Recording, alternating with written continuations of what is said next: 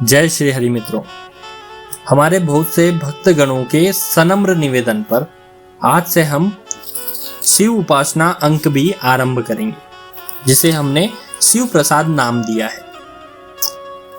आइए इसके प्रथम जो अध्याय हम शुरू करेंगे, आज से कहानियों का सिलसिला जो शुरू करेंगे, उसमें हम देखेंगे कि भगवान शिव को परमात्मा का स्वरूप मानकर किन किन देवताओं और किन किन ऋषियों ने या किन किन अवतारों ने उनका भजन किया, उनका कीर्तन किया, उनकी साधना की।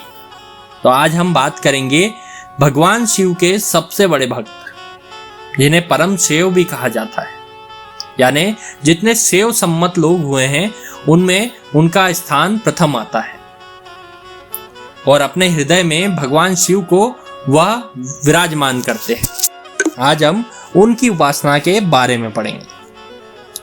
आज हम पढ़ेंगे भगवान विष्णु की शिवोपासना के बारे में। भगवान विष्णु सबसे बड़े शिव भक्त हैं और भगवान शिव सबसे बड़े विष्णु भक्त। ये दोनों एक दूसरे के पूरक हैं और दोनों ही एक दूसरे के इष्ट हैं। तो आइए हम आरंभ करते हैं।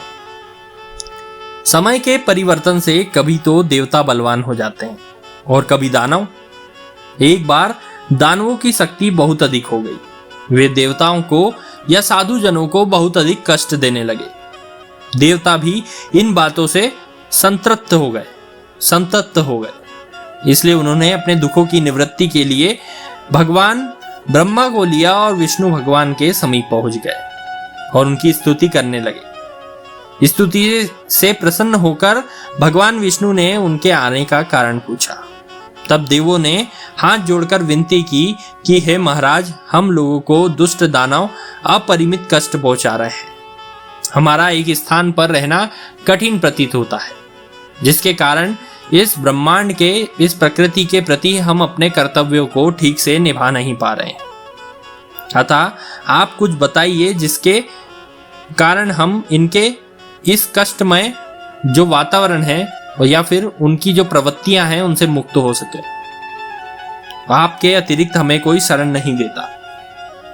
यह कहकर भगवान विष्णु ने कहा, मैं परम कारुणिक महादेव जी की आराधना कर इस कार्य को करूंगा। ऐसे वचन सुनकर देवता अपने अपने धाम को चले गए।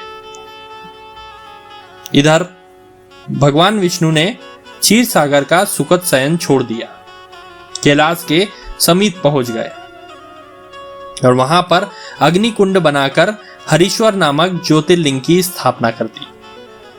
वहां देवादिदेव भगवान महादेव की आराधना मानसरोवर से जो कमल है उनसे विधि पूर्वक करने लगे। उनका नियम था, शिव सहस्त्र नाम का पाठ करते जाते और प्रत्येक नाम पर एक एक कमल शिव जी को चढ़ाते जाते। इस प्रकार प्रतिदिन सहस्त्र कमलों से महादेव की पूजा करते।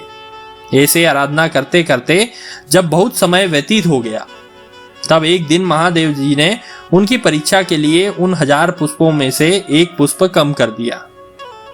सहस्त्र नाम समाप्त करते करते जब अंतिम नाम आया तो एक कमल देखकर भगवान विष्णु बहुत चिंतित हुए।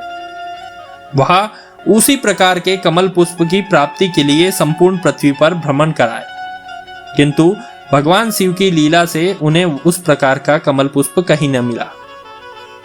तब उन्होंने 1 सहस्त्र की संख्या की पूर्ति के लिए अपना कमल रूपी नेत्र जो था शिव जी के चरणों में भक्ति पूर्वक भेंट कर दिया। इस अटल भक्ति को देखकर भगवान शंकर प्रसन्न हुए। उसी समय प्रकट होकर प्रसन्न वदना से बोले, हे विष्णु, मैं आपकी भक्ति और प्रेम से परम संतुष्ट हूं। आप मनोवांछित वर मांगिए, आपके लिए कुछ भी अदेय नहीं।